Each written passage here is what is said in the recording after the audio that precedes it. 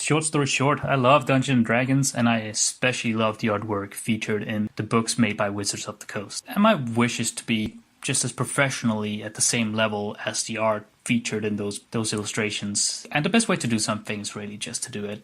And if I could record myself and talk about the ideas that pops into my mind, all the better. I was looking back at the very first adventure ever written for 5e by them, which was Hoard of the Dragon Queen and Rise of Tiamat. Well, okay, yeah, technically Lost Mine of Phandelver was written beforehand, so it's technically book 2 and 3. But it's the first real big adventure that could be a really long campaign. And the fact is that dragons featured in the name Dungeons and Dragons, they're just the main villain of this whole universe. So I thought to myself, if I were to play a character with that concept, play the main character concept for it, which in my opinion is the human fighter champion. I know, Battlemaster, very popular, does a lot of good things. I just, not because it's boring or anything, in fact I think the human champion fighter has so much potential because it's just such a beautiful canvas for you to add whatever you want, especially because you get so many wonderful feats for it. And, I just want to take you through my thought process here. And so, yeah, you can definitely see this character here being a folk hero because I imagine this person has a lot of compassion, a lot of love, and is very likable too, and very social. But also I think this character is someone who doesn't like to be told what he can and cannot do, and just despises the idea of limitations. So the folk hero background would be very fitting. Getting the animal handling, riding a horse, athletics, you're very well trained. And, well, here's the thing actually. You could get your folk hero background in the very first session that you play this campaign.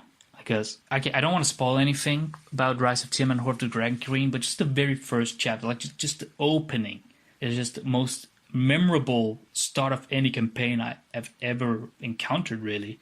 Because you return to the city, and there's already a giant, full-fledged adult dragon attacking the town from up above the sky, while under there, people are being attacked by kobolds and orcs and cultists, and you're just being put in there, seeing everything, your this peaceful life turning upside down, and I could easily imagine this being the character's city itself. So, what do? Because there's a lot of things you can do in that session, because there's siege, there's protection of resources, ballista against a dragon. It's insane. If this was like a TV series, this would be like a movie in itself, just introducing everything. And even in the very end, you have to fight one of the leaders of the cultists one-on-one. Absolutely, I would love watching a movie about that, man. Holy, that would be incredible. But I'm getting ahead of myself here. So, just a bit of context. You could easily go half orc, pick your great weapon master feat, pick your sentinel, pick your polearm master, go paladin to get your divine smite, go rogue to get your sneak attack, and then ranger warlock to get your hex and hunter's mark, and just optimize your build and min-max it out and get your critical hits. But it's kind of the samey build anyway. And for me, it's more about the whole concept of us relating to a human that we all are, being put in a world where these legendary beasts, these dragons, are just attacking and threatening you, your friends, your family, your town, your kingdom, and all you can really do is pick up a weapon and fight. For me, I just love that trope, these insurmountable odds, incredible difficult odds to just beat, right? For me, that's just beautiful. So, level 1. You can see on the screen how I distribute the points. I was looking at point by, but I found out that standard array is just as good. I would go +1 to strength, +1 to dex, pick the variant human feat, which is resilient, and give my dex another +1, so I have +3 in both strength and dexterity. And yeah, I know it's kind of weird to have maximized both of them at this current level, but it's just the whole idea of, okay, you're not very smart, but this character is exploring the potential of his blood and flesh. As for the weapon, I would go for a longsword, definitely. It's just the main character of the main character weapons. And chainmail, of course. I think chainmail just looks silly, honestly, with that little, especially when you have to cover your head with it. I don't know, it just looks funny to me. But I'm sure it could be made look epic. But eventually, when you get the full plate armor and get this whole I'm kind of going for a Mandalorian vibe in this design as well. That's where you get really epic. I find this just so aesthetically pleasing. But yeah, go with your chainmail, pick up a shield. Your AC is now 18. Then you choose the dueling fighting feat, and we get our second wind. And we're ready to save the people of this town being invaded by dragons and kobolds. And oh yeah, that's something you also have to do. You have to go and save as many people as you can to bring them inside the castle for safety. It's just, there's so much to do in the very, very first chapter of this adventure. Wow. But yeah, that's how I would start out for Mando Warrior. I think I'll call him that. Maybe we'll find a green little goblin as well in this invasion. A gay baby goblin, take it with us, protect it. Food for thoughts. So, level 2, action surge. Level 3, we get our improved critical. Level 4, after you've been fighting a lot, yeah. +2 to your strength. Now we have +4 to our longsword attacks. Oh yeah, and the reason why also I picked resilient is because we do not want to be killed by a fire from a dragon, alright? We want really good dex saves. And speaking of, after you get your extra attack at level 5, level 6 I would pick Shield Master. The way I would do it is, okay, I would attack once with my longsword, then I would use my bonus action to then use Shield Master to push any cultist I'm fighting down on the ground, and then use my second attack from my extra attack to hit the person with advantage if they were shoved prone. Or proficiency with athletics would really help with that as well. Now, it's really up to your DM if he demands you that use both your attacks before you get to use your bonus attack on Shield Master, but that's really up to him. Another cool thing with Shield Master is that when a dragon attacks you, most often, right, like with a fire breath, and you save your dex save, thanks to Resilient, there's a high chance of doing so, you take no damage at all if you succeed your dex save. And I just love this idea of just using your shield and protecting yourself from this powerful fantasy breath weapon with just the tools that you have at hand. It reminds me of back in Sparta movie where they used all their shields together to reflect this giant hail of arrows coming towards them. I'll never forget that scene. Level 7, Remarkable Athlete. This is fun to me because I love this ability.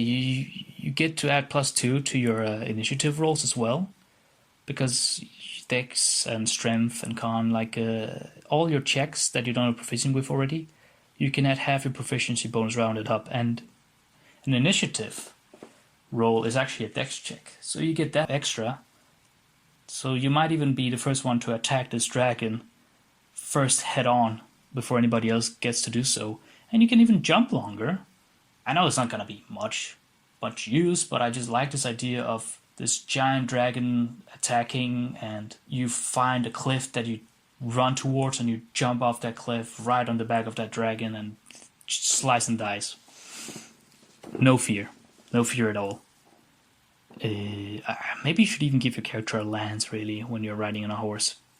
But speaking of now, level 8, I would add +1 to con and +1 to charisma. There's a reason for having 13 charisma, which would come later. You could use Tasha's book, where you pick +1 charisma and then get skill expert, where you get expertise in athletics. Because here's the thing, but there's something that you can do from the Dungeon Master's guidebook. There is an action option where you can try and climb on a creature that is, I think, more than 2 sizes your size, and then you can roll acrobatics or athletics versus the target acrobatics and athletics. And if you do succeed, you're basically on the creature now, and you can climb on it as if it's difficult terrain. And while you're on it, you actually get advantage on attacking that thing. I'm pretty sure it has disadvantage on attacking you, or it cannot even reach you depending on where you are. But that's your DM discretion. Still, that is such a cool thing to keep in mind, and I think that's something a lot of people forget. There's a lot of creativity to be had here. And I know Hoard of Dragon Queens and Rise of Tiamat, they get a lot of slack for having their challenge ratings being, imbalanced, and that I gotta say it's kind of true. But it just adds to this whole insurmountable, that's the word, insurmountable threat that you have to be creative with, and you can't just go hit on with it. It's just way more heroic this way. Level 9, Indomitable. I think that's really important for you, because when a dragon uses his frightful presence, if you fail that check, you basically have disadvantage to all your attacks, right? And you can't even approach it. But here's the thing: the Indomitable lets you get advantage in a roll, and maybe you'll fail it, but you can keep repeating your saving throws. You could give resilience to wisdom instead, to get proficiency in your wisdom saving throws. But I prefer to give it to your dex, just because we do want to be able to survive as long as possible, while we can make this wisdom check at the end of each turn. And maybe you even have a team comrade who can help you with this frightened condition after all. It's not just you, you're not just a solo man. At level 10, I'll definitely say I would pick the archery fighting style. Because I just love the idea of you having all these arrows, you've been fighting these dragons. Now you know that you can't just go close combat, you'll also need long distance combat too. And you've probably been using arrows already at some time. But now you've just gotten even better at hitting them. And this is just the whole idea of a champion, you know, it's just an all-around physically tough person, hero really, who has a lot of tricks up their sleeves. It's not just a sword, it's also bows and arrows and hooks, grappling hooks. That idea I really like. Whatever is at your disposal. And then level 11, extra attack. And here's one of my favorite parts, level 12. I would pick the Inspiring Leader feat. Not only, this is why we went with having +1 to your charisma, so you have 13, because that's the prerequisite. You need 13 charisma. And I just love this idea where you're coming further and further along in this plotline, where Tiamat is becoming more and more of a threat, but you, the hero who's been through so much, you just know that it's all or nothing, and it's better to do something than just letting these dragons take over. And I can imagine that just your presence and your experiences speak volumes for not just you, but your team members. And you get this temporary hit point, like +12, actually +13 right now, temporary hit points at every short rest. I think that's really, really, really good. You could easily, just give yourself more constitution, but I just like this idea of you improving your own resolve, but also your teammates. Level 13, get Indomitable twice per long rest. Can't complain about that. And now we're getting really close to the end here, because this adventure is made for level 15. So at level 14, I would just pick +2 strength to get +5. This is the champion, the human champion, at the peak of what the human body is capable of. Well, there's Barbarian with 24 strength, but we don't talk about that. You don't want to chat your Barbarian friend if you have one with you, but you could do that. But again, this is what I love about the champion fighter, or a fighter in general. It's just such a canvas. There's so many options. My second option would be Mountain Combatant. Mountain Combatant, yes. You could probably make a lot of friends with other dragons. There's also good dragons in this adventure. So the idea of you riding on a giant dragon towards these evil dragons to prevent Tiamat from rising up, that's such a cool scenery. Well, you wouldn't really need that feat. I just like the idea of a knight in a shining armor, a horse, mountain combatant.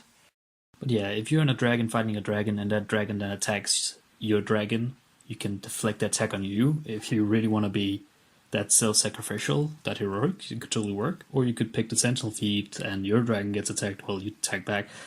But yeah, you could also go with the tough feat, magic initiate to get the hex spell to do more damage if you want to, or get the heroism spell so you don't get frightened. That could be a way of going around it. You could also pick the martial adept feat and even use Tasha's ruling to get a superior technique. So you have 2 superiority die, and you could pick any maneuver like Commander Strike, Riposte, Launching Attack, Distracting Strike. I think would be really nice. Just to point a picture here.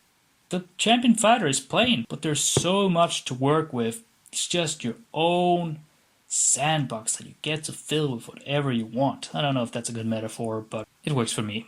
And then level 15, Superior Critical. It's what the champion fighter is just made for. You get a critical hit at 18 and 20. Beautiful, beautiful. So, I think that's pretty much it, really. That's how I will build my character for this adventure. Not because it's optimized, but just to show my train of thought for this. There's, of course, you could try and optimize it if you want to. Like you could go level 1 rogue and get the expertise in deception and athletics. Again, athletics to climb on the dragons and to enhance your shield master ability. Or you could, deception, become really good at lying, because you would probably have to infiltrate these dragon cults throughout the adventure too, just to show that no, you're not just brawn, you're also very charismatic. That's the important thing for me. You're kind of like Terry Crews, I think. And you could go a level 3 rogue really with assassin, get advantage on your first attacks, maybe even pick the alert field along the way. That way, with a remarkable athlete, with your dex, yeah, you're definitely going to be the first one to hit. I can assure you that much. You could also go 2 levels of Barbarian. That helps a lot too. You would have to go with Breastplate though, because you cannot get Rage in Heavy Armor, which would technically just mean that you're -1 AC less, but you get resistance to slashing damage and piercing and bludgeoning. And then on second level, Reckless Attack, advantage on your attacks, and also advantage on your dex saves. Combine that with your Shield Master and Resilient. Oh boy, you're gonna invade things so much, and it's just gonna look so cool.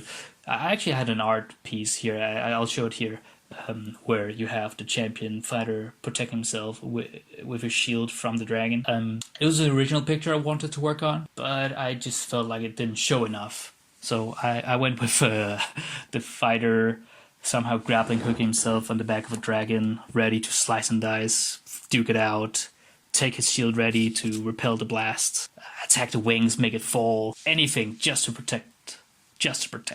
And you can also do other things. You could also multi-class to Paladin and get your Divine Smite, pick some Warlock, Hex, spell slots, get a level 1 spell slot that you get back every short rest for your Divine Smites.